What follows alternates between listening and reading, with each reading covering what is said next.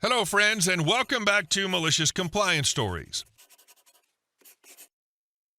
Let's start today's video with a tale of petty professional revenge.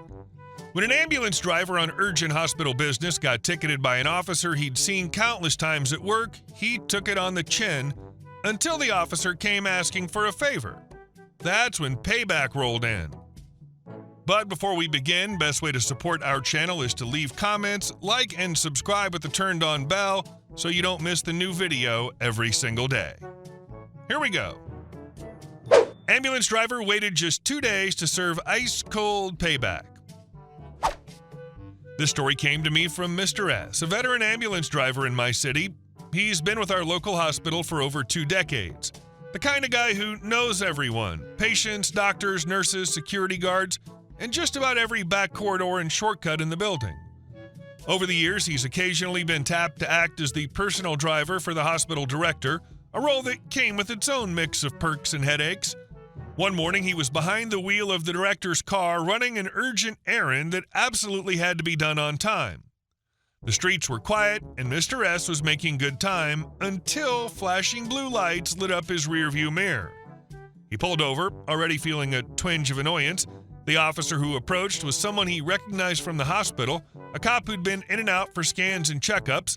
They'd exchanged polite nods before, even small talk. "Good morning, officer," Mr. S. began, leaning slightly out the window. "I'm on hospital business, driving for the director. Could we sort this quickly?"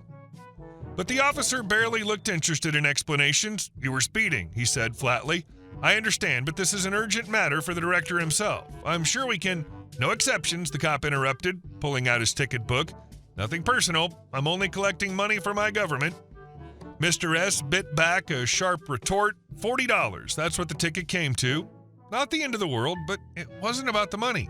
It was about the principle. They knew each other, and the officer had zero reason to be inflexible. Back at the hospital, the director was less than thrilled to hear about the incident. He scolded Mr. S. for the fine, but seeing the frustration on his driver's face, added, "If you ever get the chance to return the favor, you have my blessing." 2 days later, the opportunity practically walked right into Mr. S.'s lap. He was strolling past the billing department when he spotted the same police officer leaning casually against the wall outside the billing director's office. Curiosity got the better of him. "Morning," Mr. S. greeted, keeping his tone neutral. "What brings you here?" The cop shifted awkwardly. Just helping my mom with some paperwork. She needs a chest scan, and I was hoping to get it registered under my name. You know, police don't pay for certain medical scans. Save her the bill." Mr. S. raised an eyebrow. "You're asking for a favor." The officer gave a quick shrug. "Yeah, figured it wouldn't be a problem. You know how it is." Oh, Mr. S. knew exactly how it was, and just like that, the words from 2 days ago replayed in his mind. "Nothing personal. I'm only collecting money for my government." Keeping his face unreadable, he said, "Why don't you give me the paperwork? I'll handle it for you." Relieved, the officer handed over the forms without hesitation. Mr. S. walked straight into the billing manager's office. "Do me a favor," he told her. "Register this exactly as it is, full cost, no exemptions." The total came to $280. Mr. S. made sure every cent was recorded under the cop's mother's account, then headed back to the hallway. He handed the officer the updated papers. The cop glanced down, blinked, and then his head snapped. "What's this? I thought—" "It's the bill for your mother's scan," Mr. S. said pleasantly. "Full price." The officer's mouth opened, then closed. "I thought you were going to—" Mr. S. cut him off with the same words the cop had given him. "Nothing personal. I'm only collecting money for my government." For a moment, the hallway was silent except for the shuffle of passing nurses. The officer's expression soured, but there wasn't a thing he could do. Rules were rules. His rules. Mr. S. walked away without looking back, feeling that small, quiet satisfaction you only get from perfectly executed payback. As for the cop, "Nothing personal. I'm only collecting money for my government," is an all-timer. Bees don't sting unless you poke the hive. He poked and got billed. No stingers required. And our second story. Worker yelled at me for taking a photo. In the UK, it's currently not illegal to park on pavements other than a few locations.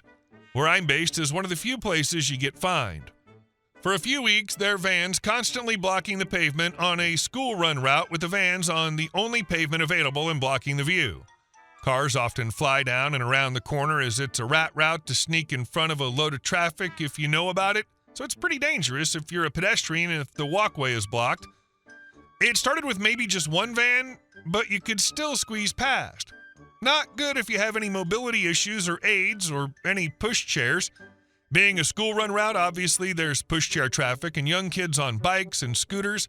Quickly, though, it was starting to get to two vans with at least one blocking the pavement.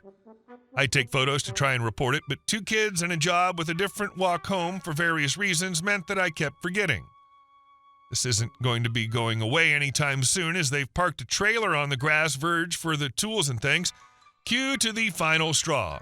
Two vans with one completely parked across the pavement and another one parked completely across the pavement and over the bumpy, for those with visual impairments, dropped curb. It's right in front of the trailer and with a company name on the side for once. I had to take my young kids into the middle of the road to get safely to the next, and just as we had crossed, a car covered flying around the corner and down the road. Glad we'd been 10 seconds earlier. Let's just say I tell my kids just that because of the dangerous parking. I immediately take a photo as normal, and just as I do, a guy comes out of trailer and works out that I'm taking a photo and starts shouting at me. I'm guessing he heard me mention the parking and twigged me then taking a photo was not a good thing for him. The cars can get by. It's not safe for anyone else, though. But cars can. You can't take a photo of me. I'll call the police. Don't worry, I'm contacting the authorities about your dangerous parking, and walked off taking my kids to school. Guy had a work top on, turns out was in the edge of the photo, van had logo and website on the side, and my photo caught all of this and how bad his parking was. I contacted the highways team with all the photos, local counselor and his company or a big company, so I immediately got one of the meeting automatically sent emails about how awesome the company was. Replied going, "Hey marketing, sorry I'm about to mess up your unsubscribe stats and things. Also heads up, this happened, and I know marketing teams being from one that we can make things happen fast when things go sideways. This went down this morning with one of your employees at X location. I've sent it to the following people and will do what I need to ensure that the route goes back to being safe again after this morning. If you can work your magic, here's a photo of the guy and the van." Less than 10 minutes later, I get a message going, "We're on it. Thanks for the heads up. Leave this with us. It won't happen again." Police get back to me a week later. It was a non-urgent issue, and it was reported to the highways people who referred it on and said they were following up on it too. They've not been parking on that pavement at all, and all the kids get safely to the two primary schools and two secondary schools this is a key route for. He thought he could shout and intimidate a short, I'm tiny, but instead got him and all his co-workers in trouble with their company and the police. And our last story. Karen trespassed for the perfect shot. The sheriff made sure it was her mug shot. My buddy Jeff owns a beautiful little farm just outside of town. His pride and joy is a massive field of sunflowers, bright yellow waves that stretch out like something from a painting. He plants them every summer, partly for harvest, partly because he just loves the way they look. Apparently, so does every wannabe photographer in a 50-mile radius. The minute those flowers hit full bloom, his driveway starts seeing more action than a downtown coffee shop on Monday morning. Senior portraits, engagement shoots, just because photos. People seem to think his field is a free backdrop. One day, Jeff caught an entire family of 12 stomping through his rows, trampling plants, while the mom yelled at the kids to look natural. He marched right up and told them the field was private property. They acted like he was the rude one for ruining their shot. That was the last straw. Jeff spent the next week personally calling every photographer in the area. He was polite but firm. "My farm is private. It's posted, no trespassing. Step foot in my field and the sheriff will meet you there." He followed up with an email to everyone he'd contacted, plus a few Facebook posts, just to make sure the warning was crystal clear. That's when Karen entered the story. Karen wasn't just any photographer, she was a local professional with a reputation for being difficult. She charged ridiculous rates, barked orders at clients like they were unpaid extras, and thought every square inch of the county was her personal studio. Jeff's call had apparently wounded her delicate ego. she told mutual acquaintances he was selfish and didn't understand how art worked. The following Saturday, Jeff was on his porch having coffee when he spotted a white limo creeping up his driveway. Out stepped a young bride and groom, all dressed to the nines, followed by, you guessed it, Karen herself in full photographer regalia, hauling camera gear like she was about to shoot the cover of Vogue. Jeff walked down toward the field. "You've got to be kidding me," he said. Karen barely glanced at him. "We'll be done in 10 minutes. "You were warned," Jeff reminded her, "twice, and in writing." The groom looked nervous, glancing between them. "We didn't know." "That's fine," Jeff interrupted. "I'm not calling the cops on you two. But her," he pointed right at Karen, "she's leaving here in the back of a squad car." Karen rolled her eyes. "You wouldn't dare." Jeff pulled out his phone and dialed the sheriff's office right in front of her. 10 minutes later, a deputy arrived. Jeff showed him the emails, the posted signs, and the photos he'd taken of Karen leading the couple into the field. The deputy asked Karen to step aside, and she went on a tirade about how Jeff was anti-community and trying to crush local business. The deputy wasn't impressed. "Ma'am, you've been warned in writing. This is trespassing. You're under arrest." Watching her get cuffed in front of her clients while still holding a $3,000 camera was a scene Jeff described later as better than harvest season. But here's where the story gets even better. Karen's arrest made the local paper. Not front page, but far enough in that everyone in the wedding and photography circles saw it. Word spread fast. Clients canceled sessions. Other photographers distanced themselves. A few weeks later, Jeff got a call from a woman who'd booked Karen for her own wedding. Karen had been out on bail but decided to use Jeff's property again without permission, this time while Jeff was away at a farm supply expo. The woman's maid of honor recognized the place from the newspaper story and convinced the bride to leave before trouble started. That tip-off made it back to Jeff, and he forwarded it to the DA.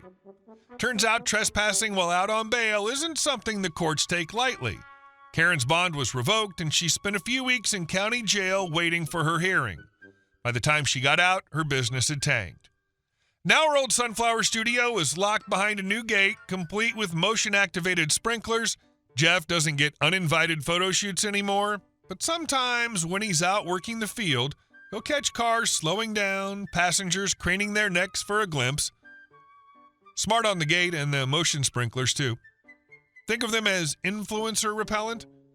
For extra deterrence, add trail cams at the fence gaps and a visible CCTV active placard.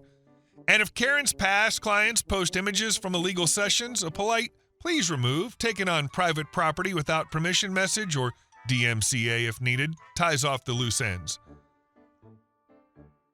Hey guys, thank you all for watching the video. I'll see you in the next one.